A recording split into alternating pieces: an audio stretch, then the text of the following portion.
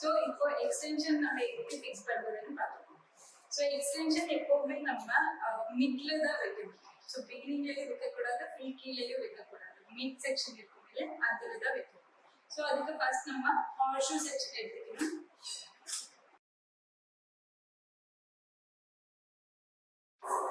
So this is the horseshoe section. So in the section எடுத்துட்டு இந்த mid line எடுத்துட்டு இதுல தான் நம்ம extension fix பண்ணணும். So எல்லா extensionsலயும் நமக்கு clips இருக்கு to secure the hand. So இதை யூஸ் பண்ணிட்டு தான் நம்ம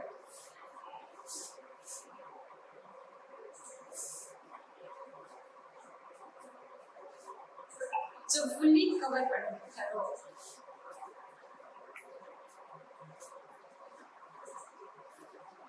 So first வந்து mid part secure பண்ணிக்கலாம்.